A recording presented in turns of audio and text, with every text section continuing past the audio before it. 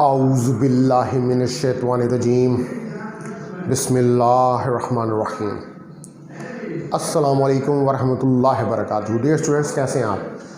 उम्मीद है खैरियत से होंगे।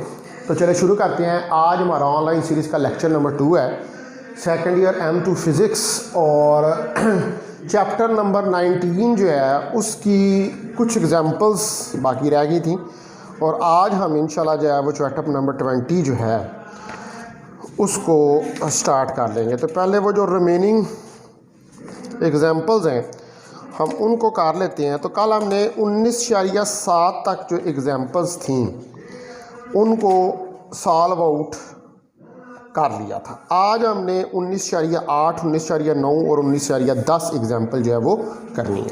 तो चलिए शुरू करते हैं। एग्जांपल 19.8।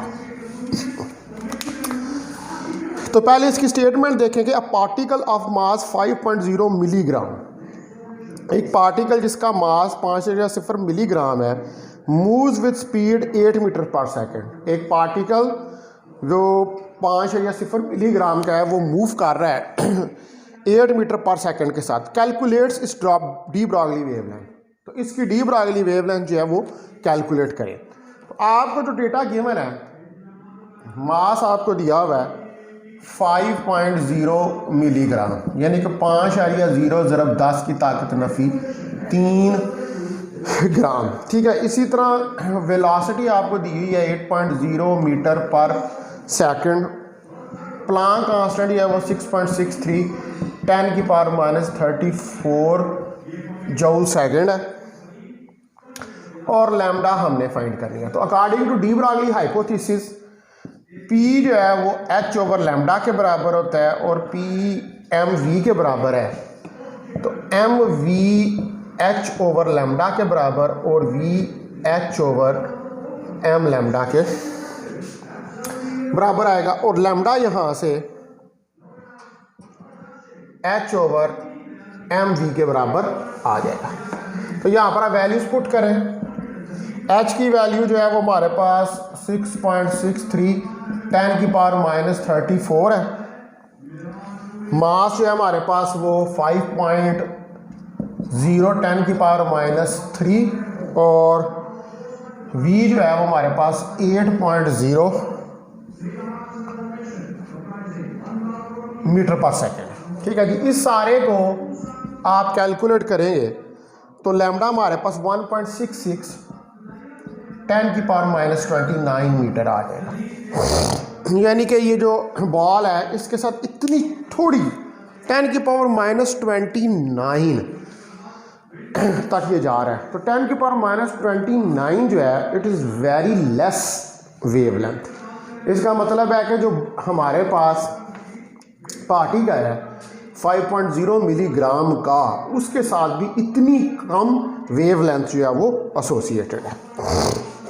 ठीक है स्टूडेंट्स। उसके बाद आप आए क्वेश्चन नंबर एग्जांपल नंबर 19.9 पे। एग्जांपल 19.9 कहती है कि an electron is accelerated through a potential difference of 50 volt. एक इलेक्ट्रॉन जो है वो एक्सेलरेट होता है जब उसको पोटेंशियल डिफरेंस दिया जाता है 50 वोल्ट का। Calculates de Broglie wavelength. तो इस इलेक्ट्रॉन के साथ जो डी ब्रॉगली वेव एसोसिएटेड है उसको हमने कैलकुलेट करना है। तो मास ऑफ इलेक्ट्रॉन हमें पता है कि 9.1 10 की पावर -31 किलोग्राम होता है। पोटेंशियल जो दिया हुआ है V0 वो 50 वोल्ट है जिसके जरिए एक्सेलरेट हो रहा है, और लैम्डा हमने डी ब्रॉगली वेवलेंथ फाइंड करनी है। तो अब हमें पता है कि जो काइनेटिक एनर्जी है वो V0 E के बराबर होती है, और काइनेटिक एनर्जी बराबर होती है 1/2 mv² के। तो 1/2 mv² is equal to V0 E, इसके बराबर हो जाएगा। ठीक है। और 2 को अगर मैं उस तरफ ले जाऊँ तो 2 V0 E और m से मल्टीप्लाई कर दूँ तो m² V² 2 m V0 E।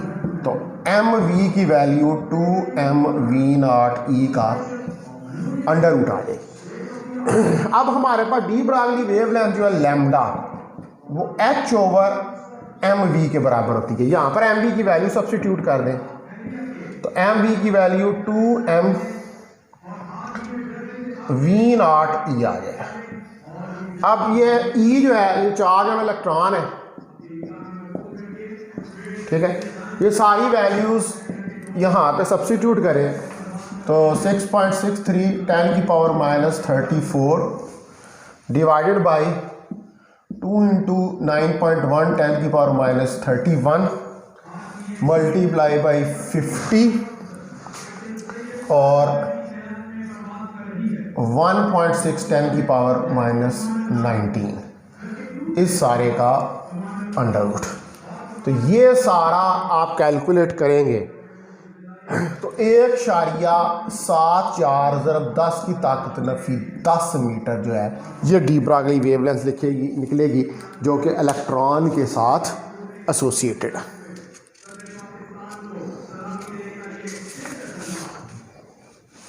ठीक है ये स्टूडेंट्स।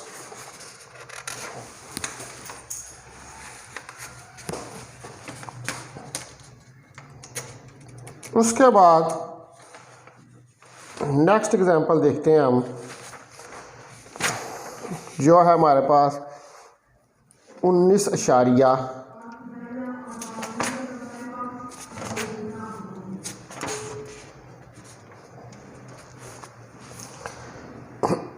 एग्जांपल 19.9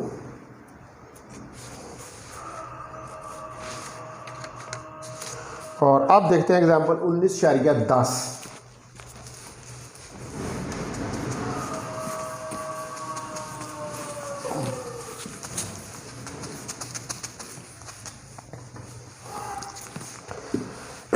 एग्जाम्पल 19.10 की आप स्टेटमेंट देखें।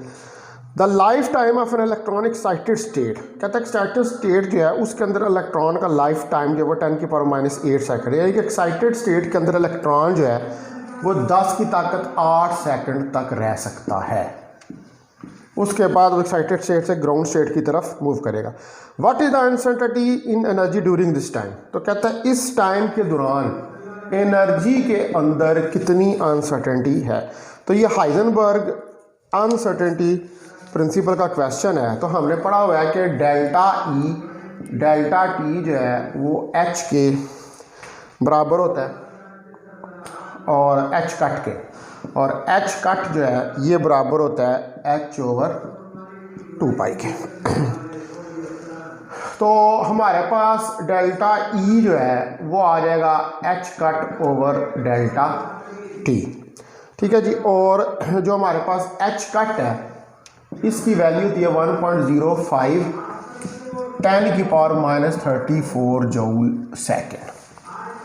तो ये वैल्यूज़ यहाँ पर पुट करें 1.05 10 की पावर -34 डिवाइडेड बाई 10 की पावर -8, इसको कैलकुलेट करेंगे तो ये आएगा 1.05 10 की पावर -36 जूल, ठीक है।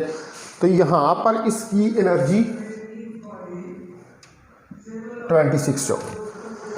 इलेक्ट्रॉन की एनर्जी जब 10 की पावर -8 सेकंड तक ये स्टे करेगा एक्साइटेड स्टेट में, तो उस वक्त इसकी एनर्जी में जो अनसर्टेनिटी है वो कितनी होगी, वो अनसर्टेनिटी जो है वो हमारे पास 1.05 10 की पावर -26 होगी,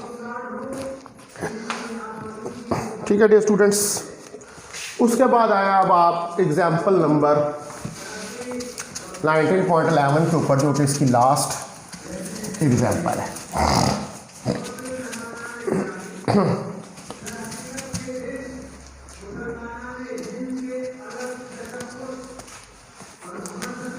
तो 19.11 एग्जाम्पल जो है इसमें कहता है electron is confined to a box of size of the nucleus. कहता है एक बॉक्स है ऐसे, इसके अंदर इलेक्ट्रॉन है और इस बॉक्स का साइज जो है वो न्यूक्लियस के साइज से कंपेरेबल है। What would be the speed of electron be if it were so confined. कहता है क्या स्पीड ऑफ इलेक्ट्रॉन होगी इस बॉक्स के अंदर, इसको कैलकुलेट आप करें। तो अब जो साइज ऑफ बॉक्स है तो वो size of box actually uncertainty position के अंदर है डेल्टा एक्स, और वो दी है 1.0 10 की power -14 metre which is a size of a nucleus. Find हमने वेलोसिटी ऑफ इलेक्ट्रॉन जो है वो करनी है। तो this is the question of Heisenberg uncertainty principle. Delta X delta P is equal to H, तो डेल्टा पी हमारे पास एम डेल्टा वी के बराबर है, तो M delta V delta X is equal to H, इसके बराबर आ जाएगा। यहाँ से डेल्टा वी की वैल्यू हमारे पास H over M delta X निकल आएगी। एम क्या है? मास ऑफ इलेक्ट्रॉन है 10 की पावर -31 किलोग्राम। तो ये वैल्यू जो है इसको यहाँ पर सब्स्टिट्यूट करें तो एच की वैल्यू डिवाइड बाई एम 9.1 10 की पावर -31 इंटू डेल्टा एक्स 1.0 10 की पावर -14। तो इसकी वेलोसिटी डेल्टा वी जो है वो 1.05 10 की पावर 10 मीटर पर सेकंड निकलेगा, यानी कि 1.05 की ताकत 10 मीटर पर सेकंड के साथ जो है ये इलेक्ट्रॉन इस बॉक्स के अंदर जो है वो मूव कर रहा है। ठीक है डियर स्टूडेंट्स, तो हमने अब डिटेल के साथ ये चैप्टर नंबर 19 जो है ये सारा हमने स्टडी कर लिया है। इसके अंदर मैंने सारे शॉर्ट क्वेश्चन न्यूमेरिकल्स सब चीज़ें जो हैं वो आपको करवा दी हैं। ठीक है डियर स्टूडेंट्स, तो अब हमने जो है वो शुरू करना है चैप्टर नंबर 20।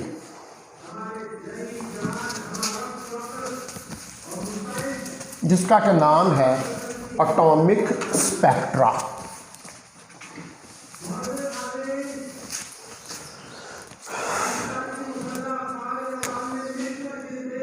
चैप्टर 20 का स्टार्ट कर रहे हैं एटॉमिक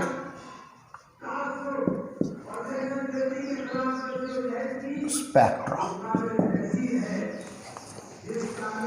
तो पहले इसके जो लर्निंग ऑब्जेक्टिव्स हैं इसमें हम क्या क्या स्टडी करेंगे वो आपको मैं बता देता हूँ। तो पहले नंबर पर हम एक्सपेरिमेंटल फैक्ट्स जानेंगे हाइड्रोजन के स्पेक्ट्रम के बारे में। फिर हम जो बोहर के पास्टुलेट्स हैं हाइड्रोजन एटम के उनको डिटेल के साथ स्टडी करेंगे। फिर हम हाइड्रोजन एटम को एक्सप्लेन करेंगे in terms of energy levels. उसके बाद हम de Broglie interpretation of Bohr orbits जो है उसको डिस्क्राइब करेंगे। उसके बाद हम एक्साइटेशन और आयनाइजेशन पोटेंशियल्स जो हैं उनको स्टडी करेंगे। फिर हम डिस्क्राइब करेंगे अनसर्टेनिटी जो है पोजीशन और इलेक्ट्रॉन की एटम के अंदर उसको। फिर अंडरस्टैंड करेंगे प्रोडक्शन ऑफ प्रॉपर्टी और यूजेस ऑफ एक्स रेज को। फिर हम स्टडी करेंगे स्पॉन्टेनियस इमिशन, स्टिमुलेटेड इमिशन और मेटास्टेबल स्टेट्स और population version in case of lasers. Understand करेंगे लेज़र प्रिंसिपल को, डिस्क्राइब करेंगे हीलियम नियॉन गैस लेज़र को और डिस्क्राइब करेंगे एप्लीकेशन ऑफ लेज़र्स को इंक्लूडिंग होलोग्राफी। ठीक है, तो इस चैप्टर के अंदर ये 11 मेन पॉइंट्स हैं कि जो हमने स्टडी करनी है। ये 11 मेन पॉइंट्स जो मैंने आपको बताए, यानी कि ये पूरा चैप्टर जो है इन 11 मेन पॉइंट्स के ऊपर जो है वो डिपेंड कर रहा है। तो चले शुरू करते हैं। तो फिर सबसे पहले हमने जो चीज़ इसमें स्टडी करनी है वो करनी है स्पेक्ट्रोस्कोपी का। हमें पता होना चाहिए कि व्हाट इज स्पेक्ट्रोस्कोपी। स्पेक्ट्रोस्कोपी कि ये स्पेक्ट्रोस्कोपी जो है ये क्या चीज़ होती है कि ये वो फिज़िक्स की ब्रांच है जो कि डील करती है वेवलेंथ्स और इंटेंसिटी जो होती हैं इलेक्ट्रोमैग्नेटिक रेडिएशंस की। यानी कि जो इलेक्ट्रोमैग्नेटिक रेडिएशंस किसी एटम में से अमिट होती हैं। इलेक्ट्रोमैग्नेटिक रेडिएशंस किसी एटम में से कब अमिट होती हैं? जब एटम एक्साइड और डी एक्साइड होता है। तो ये जो इलेक्ट्रोमैग्नेटिक रेडिएशंस किसी एटम में से अमिट हो रही हैं इनकी वेवलेंथ और इंटेंसिटी या अब्जॉर्ब्ड रेडिएशन जो होती हैं एटम से, इन सब की स्टडी को हम स्पेक्ट्रोस्कोपी का नाम देते हैं। यानी कि जो रेडिएशंस एटम में से निकल रही हैं और जो रेडिएशन एटम में अब्जॉर्ब हो रही हैं, उनकी वेवलेंथ और इंटेंसिटी की इंफॉर्मेशन जो हासिल करते हैं हम जिस ब्रांच के अंदर, उसको हम कहते हैं स्पेक्ट्रोस्कोपी। तो इसकी डेफिनेशन लिख लेते हैं। The branch of physics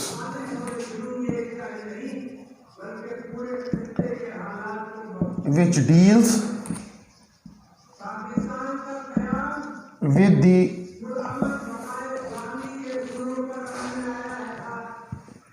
the investigation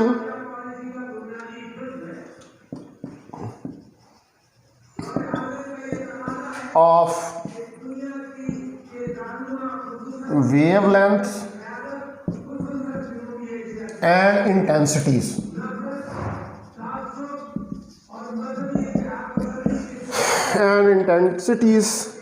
of electromagnetic radiations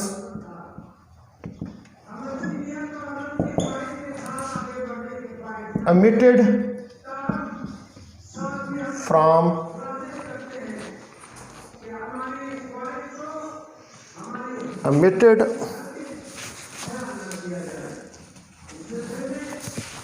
or absorbed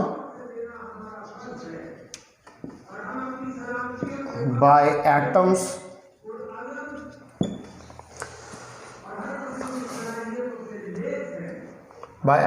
is known as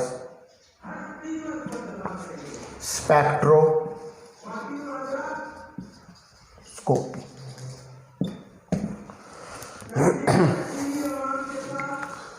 तो the branch of physics which deals with investigation, यानी कि वो ब्रांच ऑफ फिजिक्स जो डील करती है, जिसमें हम इन्वेस्टिगेट करते हैं वेवलेंथ और इंटेंसिटीज ऑफ इलेक्ट्रोमैग्नेटिक रेडिएशंस। वो इलेक्ट्रोमैग्नेटिक रेडिएशन जो किसी एटम से अब्जॉर्ब होती हैं, किसी एटम में से एमिट होती हैं, उनकी वेवलेंथ और इंटेंसिटी की जो लर्निंग है या जो नॉलेज है, वो जिस ब्रांच में फिजिक्स की देखा जाता है, उसको हम स्पेक्ट्रोस्कोपी का नाम देते हैं। तो हमारे पास यहाँ पर 3 किस्म के स्पेक्ट्रम होते हैं, ठीक है।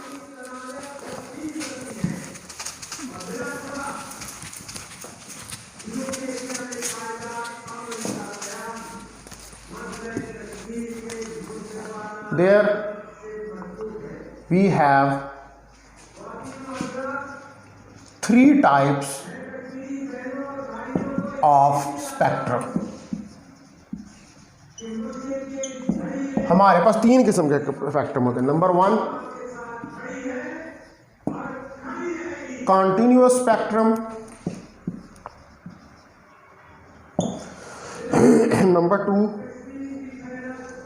बैंड स्पेक्ट्रा,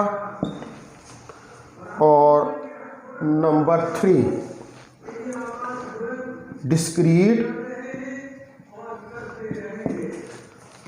एटॉमिक और लाइन स्पेक्ट्रा। तो ये हमारे पास 3 किस्म के मेन स्पेक्ट्रम होते हैं, ठीक है। तो ये 3 किस्म के मेन स्पेक्ट्रम कौन कौन से हैं? कॉन्टिन्यूअस स्पेक्ट्रम है, बैंड स्पेक्ट्रा है, डिस्क्रीट एटॉमिक या लाइन स्पेक्ट्रा है। तो इस चैप्टर का नाम है एटॉमिक स्पेक्ट्रा, यानी कि इसमें पहले 2 जो है कॉन्टिन्यूअस और बैंड स्पेक्ट्रम, उनको तो नहीं हम स्टडी करेंगे, लेकिन यहाँ पर हम जो स्पेक्ट्रम स्टडी करेंगे वो हम स्टडी करेंगे एटॉमिक स्पेक्ट्रम, जो इसको कि हम लाइन स्पेक्ट्रम या डिस्क्रीट स्पेक्ट्रा का नाम भी देते हैं। तो हमारा मेन फोकस इस चैप्टर में एटॉमिक स्पेक्ट्रा के ऊपर है। तो अब हम देखते हैं कि व्हाट इज एटॉमिक स्पेक्ट्रा।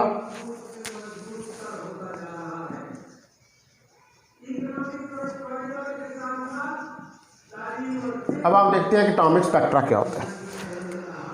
तो जब किसी एटॉमिक गैस को या वेपर को लेस देन एटमॉस्फेरिक प्रेशर पे हम एक्साइट करते हैं, usually by passing A electric current through it, then it de-excites and emitted radiations form a spectrum which contains certain specific wavelengths only। ठीक है, suppose करें कि हमारे पास एक गैस है, एक एटॉमिक गैस है, और उस एटॉमिक गैस में से आप इलेक्ट्रिक करंट को पास करते हैं। तो इलेक्ट्रिक करंट को गैस में से पास करने का क्या मतलब है? इलेक्ट्रिक करंट को गैस में से पास करने का मतलब ये है कि आप की जो इलेक्ट्रिक करंट में चार्जेस मौजूद हैं, जो कि इलेक्ट्रॉन्स हैं, वो गैस के एटम्स के साथ टकराएंगे और वो क्या करेंगे, वो गैस के एटम्स को अपना मोमेंटम और एनर्जी ट्रांसफ़र करेंगे। अब गैस के एटम्स के अंदर जो इलेक्ट्रॉन्स होंगे वो अपने ग्राउंड लेवल से उठकर एक्साइटेड लेवल में चले जाएंगे और फिर एक्साइटेड लेवल से जब वो ग्राउंड लेवल में डी एक्साइट होंगे तो एक डिफरेंस ऑफ एनर्जी जो है वो क्रिएट होगा, और वो डिफरेंस ऑफ एनर्जी जो है वो in the form of radiations जो है वो उस एटम में से निकलना शुरू हो जाएगा, गैस के एटम में से निकलना शुरू हो गया, जिसमें ये जो रेडिएशंस निकल रही होंगी इनकी डिफरेंट वेवलेंथ्स होगी। तो ये जो रेडिएशंस निकल रही हैं एटम के अंदर से डिफरेंट वेवलेंथ्स की, इनकी की मुख्तलिफ स्पेसिफिक वेवलेंथ हैं, इनको हम क्या कहते हैं? इनको हम एटॉमिक स्पेक्ट्रा का नाम देते हैं। ठीक है, तो हम कह सकते हैं कि when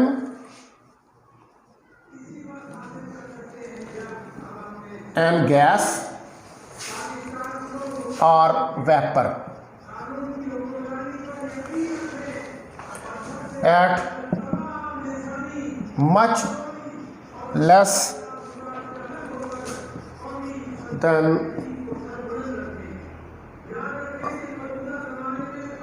atmospheric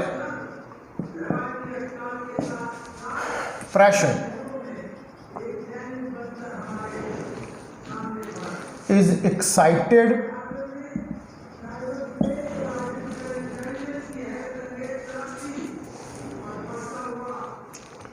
excited by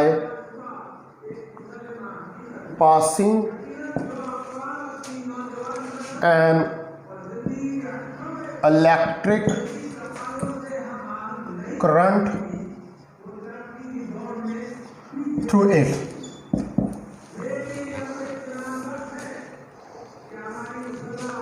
Then it de-excites and emitted radiations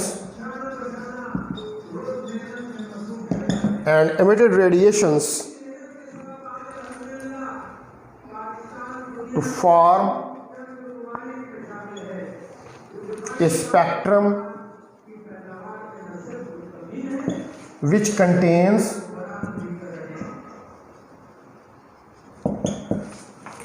specific wavelengths।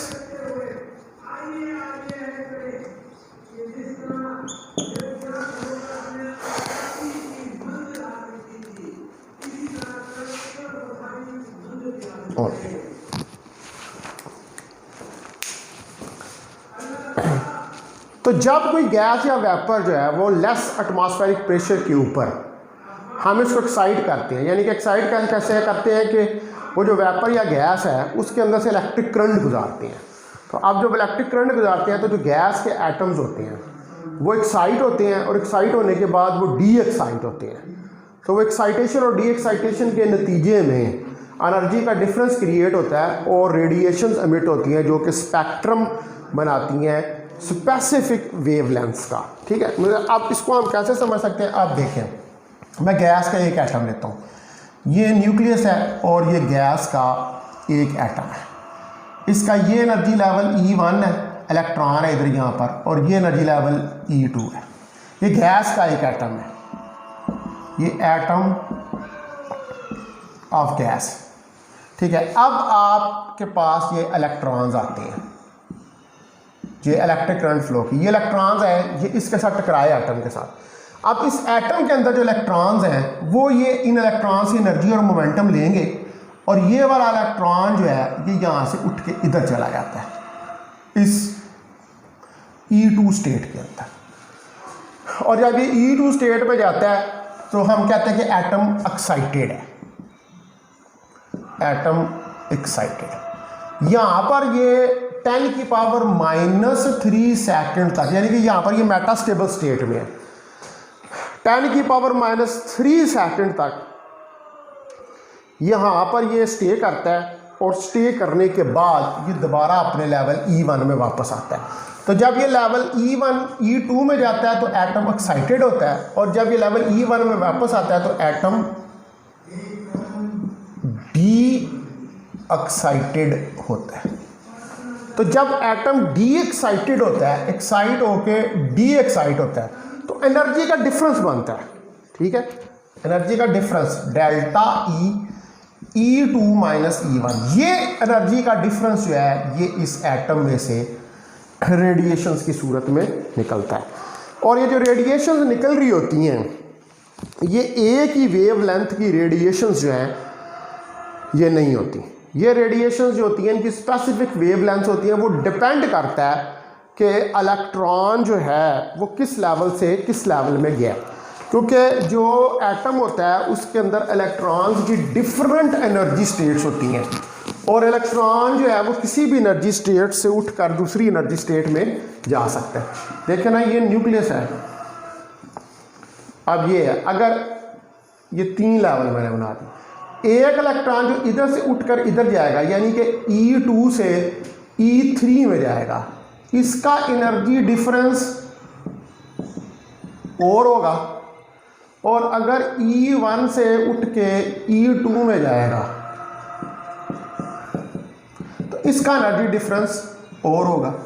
तो हर एनर्जी डिफरेंस जो है इसके कॉरस्पॉन्डिंग वेव लेंथ भी डिफरेंट होगी, हर एनर्जी डिफरेंस के कॉरस्पॉन्डिंग वेव लेंथ भी डिफरेंट होगी। तो इसलिए चूँकि इलेक्ट्रॉन्स की एक्साइटेशन जो हैं वो किसी एटम के अंदर डिफरेंट एनर्जी लेवल्स के दरमियान होती हैं, इसलिए डिफरेंट वेव लेंथ्स जो हैं वो निकलती हैं एटम के अंदर से, ठीक है। Different radiations, different wave lengths की रेडिएशंस निकलती हैं जब एटम एक्साइट या डी एक्साइट होता है। तो ये डिफरेंट किस्म की रेडिएशन जो हैं ये जो स्पेक्ट्रम बनाती हैं उसको हम कहते हैं एटॉमिक स्पेक्ट्रम। अब हम इस स्पेक्ट्रा को देख सकते हैं, सपोज करें कि ये हमारे पास एक प्रिज्म है, ठीक है। प्रिज्म का काम होता है डिस्पर्स करना लाइट को। इधर हमारे पास ये एक स्लिट है और ये दूसरी स्लिट है, यहाँ पर कोई हाइड्रोजन डिस्चार्ज सोर्स है, ये हाइड्रोजन डिस्चार्ज सोर्स, ये यहाँ पर हमारे पास कोई हाइड्रोजन डिस्चार्ज सोर्स है, ये स्लिट्स है। अब ये जो हाइड्रोजन डिस्चार्ज सोर्स है इसमें से जो है वो आपके पास रेडिएशंस निकलेंगी, ठीक है। ये रेडिएशन जो है ये यहाँ पर फॉल करेंगी और डिफरेंट कलर्स के अंदर डिस्पर्स हो जाएंगी, ठीक है। इनमें से डिफरेंट कलर्स बनेंगे जिसमें ब्लू, रेड से लेकर सारे कलर्स जो हैं वो शामिल होंगे। रेड, ब्लू, ग्रीन, वाइट, सारे 7 कलर्स के अंदर ये इसको डिस्पर्स कर देगा। तो ये जो इंप्रेशन हमारे पास आ रहा है स्क्रीन के ऊपर, ये इंप्रेशन ऑन द स्क्रीन जो होगा it is in the form of lines. This impression on the screen is in the form of lines। ये लाइंस की फॉर्म में होगा। ये स्क्रीन है और ये हमारे पास प्रिज्म है जो कि लाइट को डिस्पर्स कर रहा है। तो इस रीज़न के तहत हम इस स्पेक्ट्रम को लाइन स्पेक्ट्रम भी कहते हैं, क्योंकि ये लाइंस की फॉर्म में आता है। Therefore this spectrum is known as line spectrum, क्योंकि हमें जो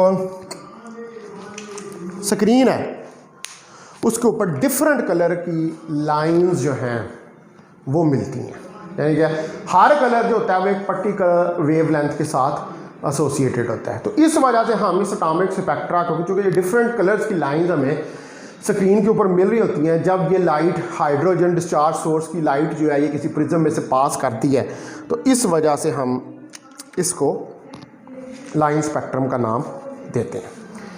तो आज हमने ये चैप्टर 20 का शुरू किया और ये समझने की कोशिश की है कि व्हाट इज स्पेक्ट्रोस्कोपी।